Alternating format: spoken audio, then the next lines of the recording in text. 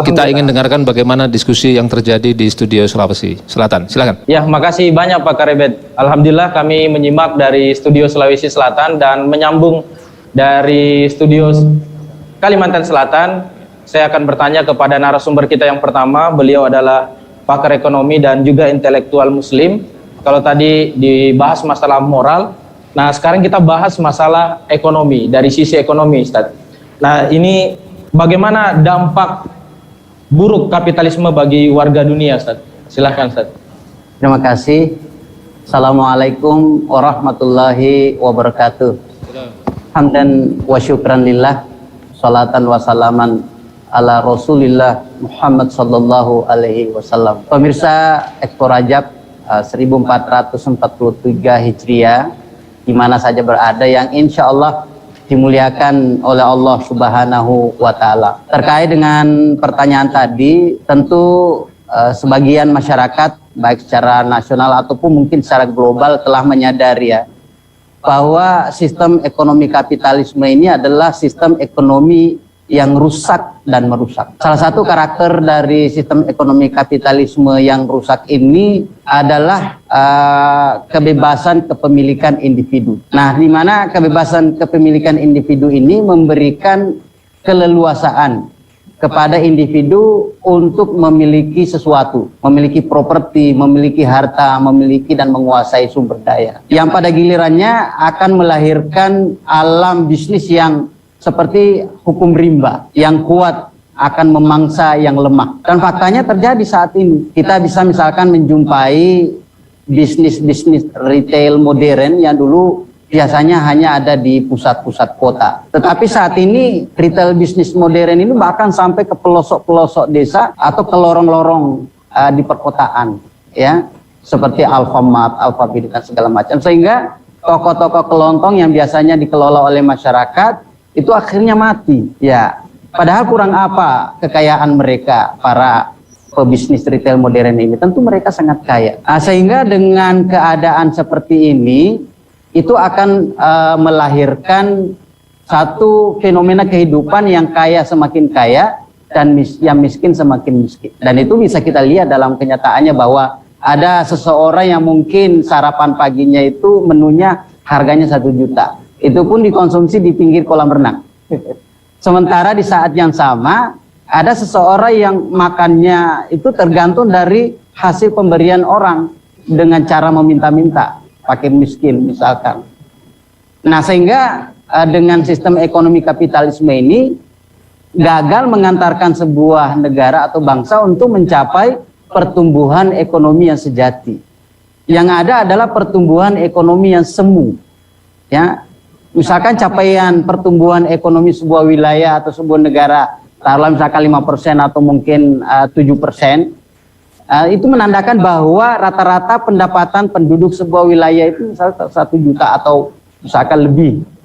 Nah, ini karena konsepnya rata-rata atau agregat pertumbuhan ekonomi seperti itu. Tetapi pada kenyataannya pertumbuhan ekonomi ini hanya dikontribusi oleh segelintir orang. Kalau di Amerika misalkan kita lihat, itu 2% penduduk Amerika itu menguasai 85% sampai 85% sumber daya keuangan. Luar biasa.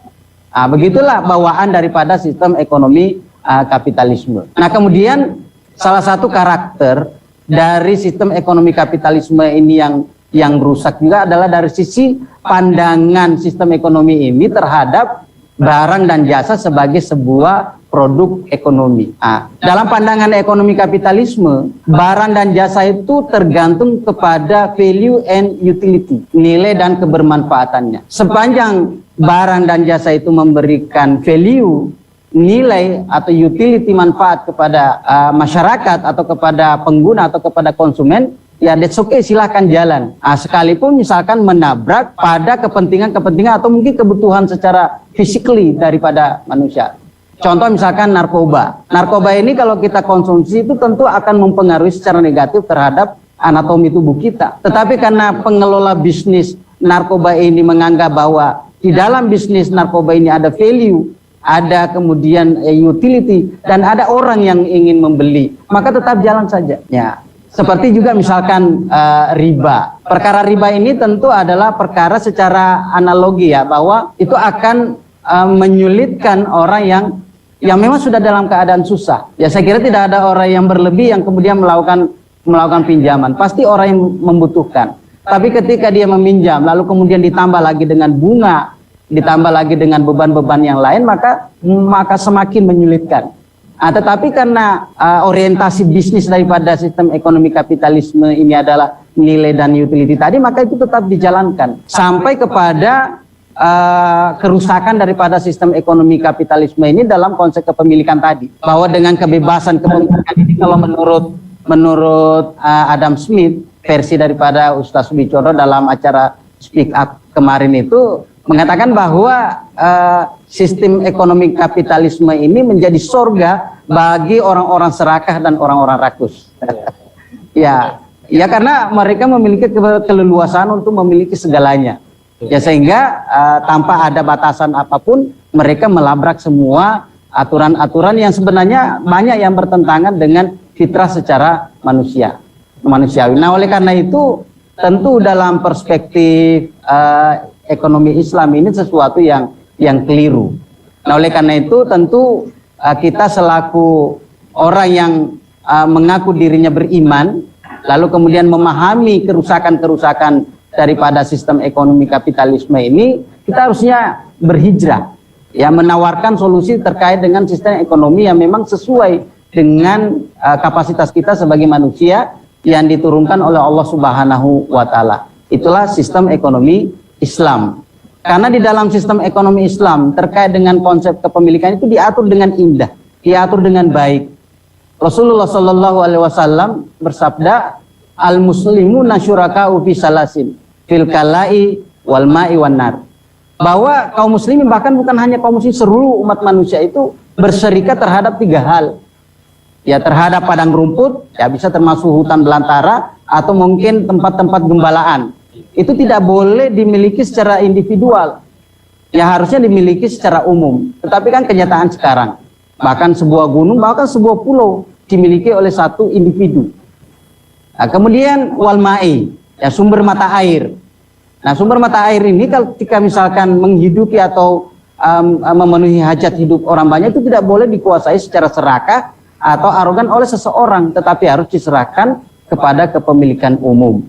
Begitu juga dengan wanar. Wanar ini kalau kita konotasikan bisalah sebagai api, ya. Api artinya bahan bakar, ya, atau minyak bumi. Nah, tambang minyak bumi ini sejatinya tidak boleh dikelola secara individual.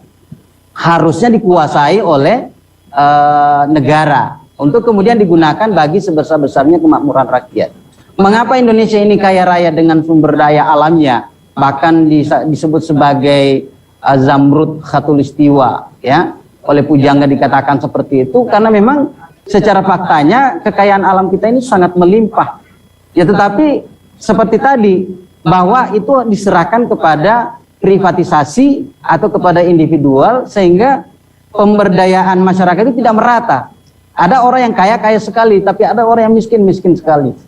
Nah, ini dalam konsep ekonomi Islam itu tidak benar. Bahkan sebenarnya founder negara kita itu sudah memahamkan kepada kita bahwa bumi, air, dan kekayaan alam yang terkandung di dalamnya harus dikuasai oleh negara untuk dipergunakan bagi sebesar-besarnya kemakmuran rakyat.